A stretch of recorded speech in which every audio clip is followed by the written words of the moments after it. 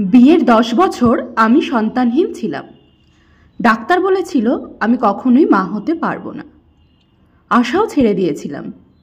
আমার স্বামীর সাথেও আমার সম্পর্ক ভালো যাচ্ছিল না। আমি বুঝতাম সে সন্তান চায় যে কোনো উপায়ে, কিন্তু সেই উপায় মুখ ফুটে আমাকে বলতে পারতো না, কারণ আমার বড় ভাইয়ের অধীনে সে চাকরি করে। আমি নিজেকে প্রস্তুত করলাম যে ওকে বলবো তুমি দ্বিতীয় বিয়ে করো, কিন্তু কোনোদিনই পেরে উঠতাম না। বুক ভারী হয়ে আসতো কষ্টে। এভাবে রসকসহীন জীবন কাটাচ্ছিলাম রোবটের মতো।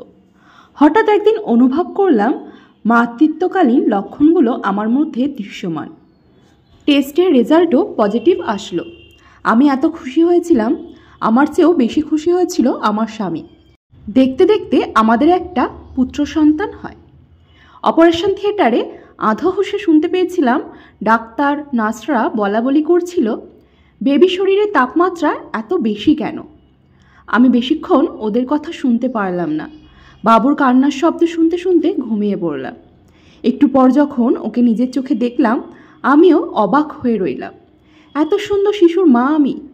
ওর চোখ দুটো গাঢ় সবুজ রঙের।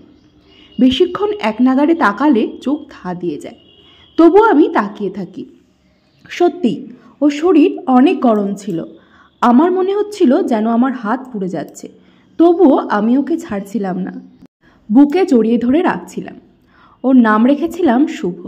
শুভ হওয়ার পর আমার স্বামী আর আমার মধ্যেকার সমস্ত সমস্যার সমাপ্তি ঘটে। খুবই সুখী মনে হতো নিজেকে। কিন্তু শুভ যতই বড় হচ্ছিল ততই ওকে আমার অস্বাভাবিক লাগতো। এমনিতেই তো ওর গায়ের তাপমাত্রা স্বাভাবিকের চেয়ে বেশিই থাকতো। যে কেউ ওকে ছুলেই বলতো, এমা বাচ্চাটার গা তো জ্বরে পুড়ে যাচ্ছে। এছাড়াও শুভ অন্য বাচ্চাদের সাথে মিশত না। একা একা আয়নার সামনে বসে হাত নাড়িয়ে নাড়িয়ে কথা বলতো। এটা অবশ্য নাকি নিজের রূপে নিজেই পাগল, কিন্তু আমার ভাল লাগতো না। দিনের বেলাটায় ও বেশিরভাগই ঘুমাতো, খুবই চুপচাপ থাকতো, একেবারে কম কথা বলতো, আর ওর বাবাকে একদমই পছন্দ করতো না। এমনকি বাবা ডাকতও না। ওই মনে হয় একমাত্র শিশু যে কিনা 5 বছর বয়স থেকেই মাকে রেখে আলাদা ঘরে ঘুমাতে চাইতো। 6 বছরের ওকে আমি আলাদা ঘর দিলাম।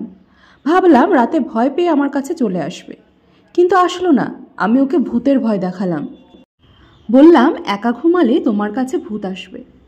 ও বলল, আমি ভূত ভয় পাই না মা। মাঝরাতে ওর ঘরে গেলে দেখতাম ও জেগে আছে, আয়নার সামনে দাঁড়িয়ে আছে। আমি ওকে বকতাম, ও ঘুমোতে বিছানায় যেত, কিন্তু আমার মনে হতো ও ভান ধরেছে। ও আসলে ঘুমায় না। ওর আচরণে আমি খুবই বিরক্ত হতাম। সবচেয়ে বিরক্ত হতাম ওর কথাবার্তায়। বকতাম ওকে। একদিন ওর বাবা বাসায় ফিরতে দেরি করছে, ফোনও বন্ধ। আমি দুশ্চিন্তা করছি, আরও আপন মনে আয়নার সামনে বসে হাসছে।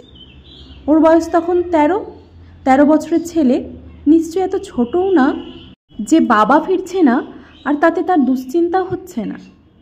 আমি ওকে জিজ্ঞাসা করলাম, শুভ তোর কি বাবার জন্য চিন্তা হচ্ছে না? ও বলল, না, তোমার জন্য হচ্ছে। আমি অবাক হয়ে কারণ জানতে চাইলাম। ও বলল, কারণ বললে তুমি আমার উপর রাগ করবে।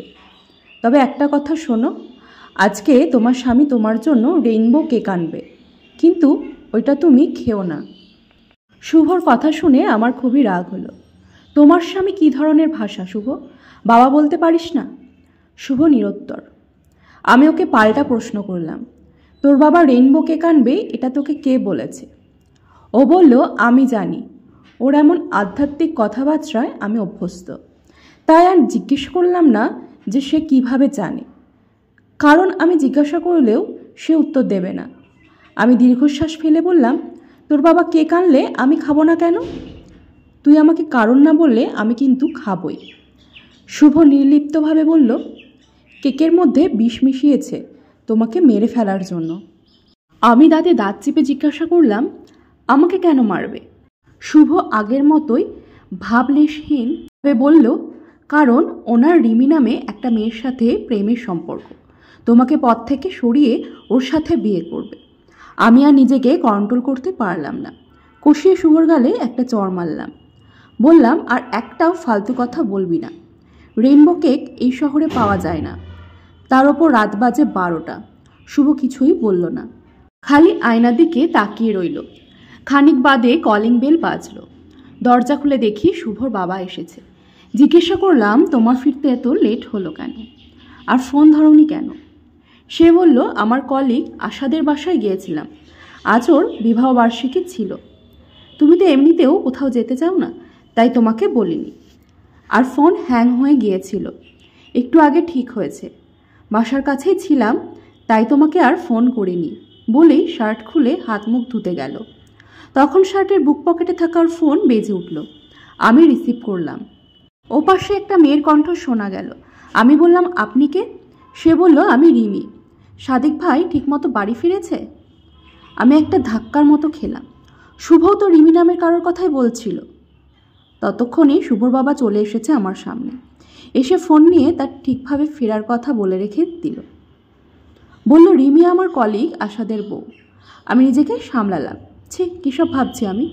তখন হঠাৎ শুভর বাবা বলল, ও আচ্ছা, ভুলে গিয়েছিলাম, তোমার জন্য রেইনবো কেক এনেছি, তুমি তাড়াতাড়ি খেয়ে নাও। আমি ওর কথায় একটা ধাক্কার মতো খেলাম এবং অবাক দৃষ্টিতে শুভর দিকে তাকিয়ে রইলাম। নমস্কার বন্ধুরা, আমি নবনীতা। প্রতিদিনের মতো আমার সংসারের কাজবাজ সাথে সংগৃহীত গল্প নিয়ে চলে এসেছি আমি। তো আজকেও একটি নতুন ব্লগের সাথে একটা নতুন গল্প তোমাদের সাথে শেয়ার করলাম। গল্পটি আমার মন ছুঁয়ে গেছে। তো এরকম গল্প যদি আরও তোমাদের শুনতে ভালো লাগে, অবশ্যই কিন্তু আমাকে কমেন্ট করে জানাবে। তো দেখো, প্রত্যেক দিনের মতো সকাল থেকে উঠেই সমস্ত কাজবাজ সেরে নিয়ে রান্নাঘরে এসে গেছি। তো আজকে রান্না করেছি সাদা ডাঁটা দিয়ে ডাল, আর করেছি তোমার চিংড়ি দিয়ে হচ্ছে কী বলে নামটা, এঁচড়, আর করেছিলাম পনির। আর সন্ধ্যাবেলায় মেয়ে একটু বায়না করেছিল পকোড়া খাবে। তো বেশ কিছুদিন ধরে মেয়ে আর মেয়ের বাবার বায়না ছিল পকোড়া খাবে। তো সন্ধে হলে না ভালো লাগে না, সকাল থেকে কাজকর্ম সেরে একটু ভিডিও এডিটিং থাকে। তো ভাবলাম যে চলো আজকে করেই দিই, অনেকদিন ধরে বায়না করছে বেচারা। তো আজকে দেখো পকোড়া বানাতে চলে এসেছি। তো মেয়ে গেছিলো পড়তে, পড়ার থেকে এসেই বলছে, মা এত সুন্দর গন্ধ কোথা থেকে আসছে। তো রান্নাঘরে ঢুকেই ও কিন্তু খুশিতে পাগল হয়ে গেছে। তো যাই হোক, দেখো সকলের খাওয়া হয়ে গেছে। তো এটা আমি ছবি তুলবো বলে একটুখানি কায়দা করেছিলাম। তো যাই হোক, এবার আমি রাতের খাওয়া দাওয়ার পর্ব মানে রান্নাবান্না করছি। রান্না সবই রয়েছে। তো রুটিটা করছি। প্রতিদিনই রুটি হয় সকালবেলা রাত্রিবেলায়, আর ভাতটা আমি একবেলাতেই করি, মানে একবেলায় করি, যা অল্প থাকে আমাদের হয়ে যায়। কেউ ভাত খায়, কেউ রুটি খায়, ভাত বুঝে রুটি বানায়, ব্যাস হয়ে যায়। আর সবজিপাতি তো দেখোই দিনের বেলা কত রকম রান্না করি। রাত্রিবেলা আর আমার সত্যি কথা সবজি করতেও ইচ্ছে করে না, যদি কম থাকলেও তো করতে হয়। তো দেখো, এই হচ্ছে আমাদের খাওয়া দাওয়া। আর যেহেতু পকোড়া খেয়েছে আজকে, তো সেরকমভাবে খাবে না। আর আমার হাজব্যান্ড রুমালি রুটি কিনে নিয়ে আসবে বলেছে। তো চলো বন্ধুরা, আজকের মতো ব্লগটা এখানেই শেষ করলাম। দেখা হচ্ছে আবার নেক্সট ব্লগ।